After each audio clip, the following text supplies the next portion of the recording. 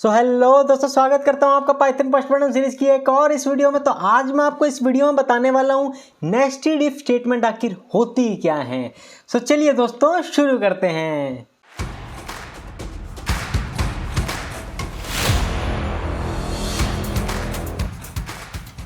सो चलिए दोस्तों आ जाते हैं अपनी स्लाइड पे। तो सबसे पहले मैं आपको बता देता हूँ कि हमने क्या क्या कवर कर लिया है।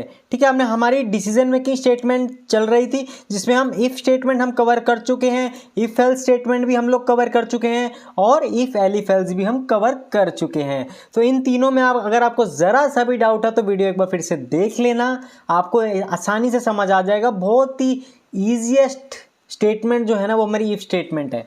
ठीक है, इससे आसान कोई स्टेटमेंट नहीं है। ठीक है, सो अब हमारा एक रह गया फोर्थ नंबर का, जो कि है नेस्टेड इफ स्टेटमेंट। ठीक है, अगर आपको इफ स्टेटमेंट इफ एल्स समझ में आ गया तो ये नेस्टेड इफ भी कुछ नहीं है। ठीक है, नेस्टेड इफ मतलब है कि एक इफ स्टेटमेंट के अंदर इफ स्टेटमेंट, मतलब if block with in the if block, समझ रहे हो, और कुछ भी नहीं है। ठीक है, बहुत ही ईजी है। मैं आपको फटाफट से इसको थोड़ा सा इसका सिंटैक्स बताया। पहले मैं आपको सिंटैक्स दिखाता हूँ, उसके बाद मैं आपको इसकी डेफिनेशन बताता हूँ। ठीक है, चलिए तो आ जाते हैं अपनी स्लाइड पे। ठीक है, इफ एल्स हम कर चुके हैं, इफ एलिफ एल्स भी हम लोग कवर कर चुके हैं। अब आता है नेस्टेड इफ स्टेटमेंट। तो नेस्टेड इफ स्टेटमेंट की डेफिनेशन बताने से पहले मैं आपको इसका सिंटैक्स बता देता हूँ। सिंटैक्स देखो सिंपल सा यही है। यहाँ पे मेरी दो इफ स्टेटमेंट है। ठीक है, जो ये इनर वाली है ना, ये जो इनर वाली स्टेटमेंट है ये मेरी ऊपर वाले के अंदर है। अगर ये वाली जो आउटर की कंडीशन है ये अगर मेरी ट्रू होगी तो ही इनर वाले ब्लॉक मेरे एग्जीक्यूट होंगे, अदरवाइज मेरे इनर ब्लॉक नहीं एग्जीक्यूट होंगे। ठीक है, और अगर आउटर की कंडीशन अगर मेरी फॉल्स हो जाती है तो नीचे वाले ये एल्स वाले आउटर एल्स एग्जीक्यूट हो जाएगा। ठीक है, सो मैं आपको थोड़ा सा फ्लो बताता हूँ। चलो आ जाओ, अपने पाइचाम पे आ जाते हैं हम फटाफट से। ठीक है, तो ये देखो, सो ये मेरा इफ ब्लॉक है। ठीक है, अब मैं आपको फटाफट से इसका फ्लो बता देता हूँ, आपको और अच्छे से समझ में आ जाएगा। ठीक है, मैंने प्रिंट किया आउटर इफ ब्लॉक। ठीक है, ये मेरा आउटर इफ ब्लॉक है। अगर ये कंडीशन ट्रू होगी, अगर ये प्रिंट हुआ तो मतलब ये मेरा आउटर इफ ब्लॉक एग्जीक्यूट होगा। ठीक है, उसके बाद अगर ये कंडीशन मेरी फॉल्स हुई तो क्या एग्जीक्यूट होगा, मेरा एग्जीक्यूट होगा एल्स आउटर ब्लॉक। ठीक है, अब देखो ये तो था नॉर्मल इफ एल्स जो आप अभी तक करते हुए आए हो। ठीक है, तो अब क्या होगा कि अब अगर मैं इफ के अंदर एक और इफ स्टेटमेंट लगा दूं, तो इफ के अंदर मैं एक और इफ स्टेटमेंट लगा दूं तो क्या होगा। अभी मैंने कंडीशन कुछ नहीं दी, मैंने कंडीशन अभी खाली छोड़ी है। ठीक है, तो यहाँ पे मैंने प्रिंट किया इनर इफ ब्लॉक। ठीक है, इनर इफ ब्लॉक, उसके बाद एल्स में मैंने प्रिंट किया इनर एल्स ब्लॉक। ठीक है, मैं आपको फ्लो बताने की कोशिश कर रहा हूँ, मैं कोई प्रोग्राम नहीं करा रहा हूँ। ठीक है, मैं फ्लो बता रहा हूँ कि किस तरीके से हमारा वर्क करता है। ठीक है, सो चलिए अब देखो, अब क्या करना है। अब मान लो मैंने ये वाली कंडीशन ट्रू दी। ठीक है, मैंने ये कंडीशन ट्रू दी।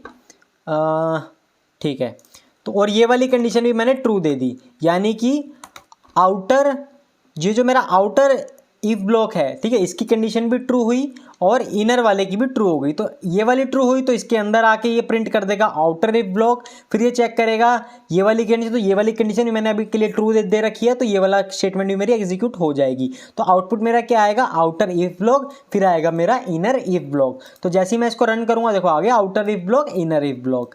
समझ रहे हो, मैं आपको फ्लो बता रहा हूँ कि कौन सी स्टेटमेंट कब एग्जीक्यूट होंगी।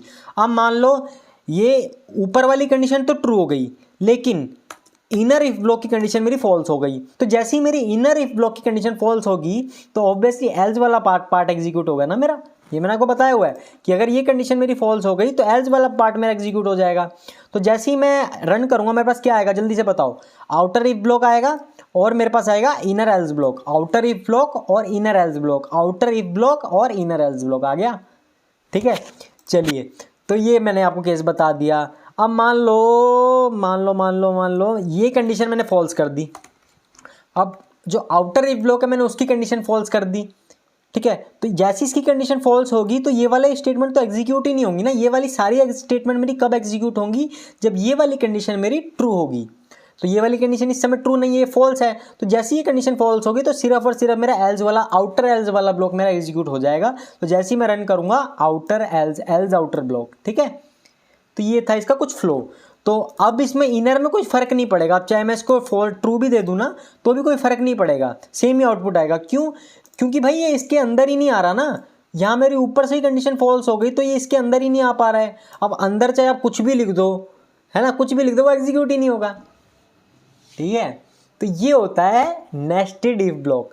अब इसके अंदर मैं कितने भी नेस्टेड इफ लगा सकता हूँ, हो सकता है मैं इसके अंदर भी एक और इफ लगा दूँ तो वो भी पॉसिबल है। ठीक है, सो यही होता है सिंटैक्स। ये मैंने आपको फ्लो बता दिया है। ठीक है, जरा अगर मेरे को पता है अगर आप पहली बार कर रहे हो ना तो थोड़ी सी कन्फ्यूजन आपको हो सकती है, लेकिन जैसे जैसे हम प्रोग्रामिंग करेंगे ना आपको सब समझ में आ जाने वाला है, ये मेरी गारंटी है। ठीक है, चलिए इसका अगर मैं आपको रियल लाइफ एग्जांपल दूं, मैं सिर्फ आपको बता देता हूँ, मैं कोई कोडिंग नहीं करा रहा, मैं सिर्फ आपको एक एग्जांपल दे रहा हूँ। मान लो मैं एक सीनियर पाइथन डेवलपर हूँ और मैं एक कंपनी में वर्क कर रहा हूँ। ठीक है, और मेरा बॉस मेरे को आके बोलता है कि आपके डिपार्टमेंट के जितने भी पाइथन डेवलपर्स हैं और वो सीनियर हैं, जितने भी सीनियर पाइथन डेवलपर्स हैं उनकी सैलरी 20% बढ़ा दो। ठीक है, अब हम हो गए खुश। ठीक है, आपकी भी जॉब लगेगी, आपका भी अच्छा पैकेज लगेगा, आप भी खुश हो जाओगे, है ना। तो अब यहाँ पे मेरा दो कंडीशन आ गई। मेरे बॉस ने मेरे को बोला कि भाई पहले तो डिपार्टमेंट मेरा होना चाहिए पाइथन डेवलपर्स का, उसके बाद डेजिग्नेशन जो है वो सीनियर होनी चाहिए। ठीक है, सिर्फ और सिर्फ सीनियर पाइथन डेवलपर्स की सैलरी जो है वो 20% बढ़ा दो। ठीक है, तो यहाँ पे मैं एक इफ कंडीशन लगा सकता हूँ कि if department equal to Python developers, क्योंकि देखो डिपार्टमेंट बहुत सारे होते हैं, है ना, सेल होता है, परचेज होता है, अकाउंट्स, फाइनेंस, बहुत सारे डिपार्टमेंट होते हैं, लेकिन मुझे सिर्फ और सिर्फ पाइथन डेवलपर्स का डिपार्टमेंट चाहिए। तो पहले मैं कंडीशन लगाऊंगा if department equal to Python developers, उसके अंदर एक और इफ कंडीशन आएगी कि if employ designation equal to senior. अगर ये कंडीशन भी ट्रू होती है तो ही मेरी नीचे आके सैलरी को मेरी प्लस कर दो 20%। ठीक है, मैंने बस आपको समझाने की कोशिश की है, कोई प्रोग्राम नहीं है, कुछ नहीं है, मैंने आपको रियल लाइफ से जोड़ने की कोशिश की है ताकि आपको नेस्टेड इफ स्टेटमेंट अच्छे से समझ आ जाए। ठीक है, चलिए बस इतना ही था इस वीडियो में। ठीक है, उम्मीद करता हूँ आपको ये वीडियो पसंद आई होगी। ठीक है, चलो एक मिनट में आपको डेफिनेशन तो बता दो। डेफिनेशन तो मैंने आपको बताया ही नहीं। ठीक है, इतनी मेहनत से स्लाइड बनाई है यार, बेकार जाएगी फिर पढ़ तो लो कम से कम। चलिए देखो, ये इसकी डेफिनेशन है, जो मैंने आपको अभी बताया ना उसको अगर हम डेफिनेशन में कन्वर्ट कर दे तो ये इसकी डेफिनेशन निकलेगी। In Python the nested if else statement is an if statement inside another if else statement. बताया ना, एक इफ एल्स स्टेटमेंट या फिर एल्स आप ना भी लगाओ, वो ऑप्शनल होता है, मैंने आपको बताया हुआ है। ठीक है, तो एक इफ एल्स स्टेटमेंट के अंदर इफ दूसरी इफ एल्स स्टेटमेंट है तो उसी को हम बोलते हैं नेस्टेड इफ स्टेटमेंट्स। ठीक है, so it is allowed in Python to put any number of if statement. मैंने आपको अभी यही बताया ना कि एक इफ स्टेटमेंट के अंदर हम कितनी भी नेस्टेड इफ स्टेटमेंट्स हम कर सकते हैं। ठीक है, उसकी कोई लिमिट नहीं है, जितनी मर्जी डाल लो। ठीक है, so indentation is the only way to differentiate the level of nesting. यहाँ पे इंडेंटेशन ही सब कुछ मैटर करता है।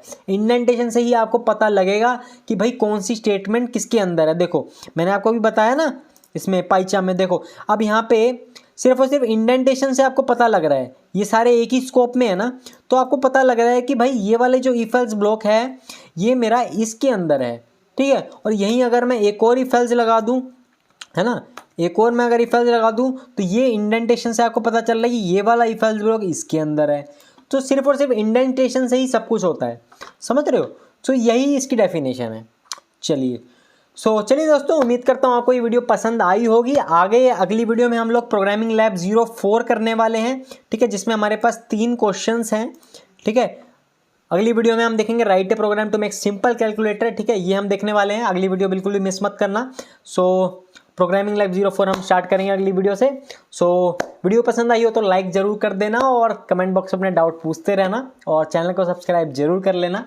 ठीक है, पाइथन में मिल के एक्सपर्ट बनेंगे हम लोग। ठीक है, चलिए दोस्तों, मिलते हैं फिर अगली वीडियो में। तब तक के लिए अपना ध्यान रखें, जानवरों से प्यार करें। जय हिंद।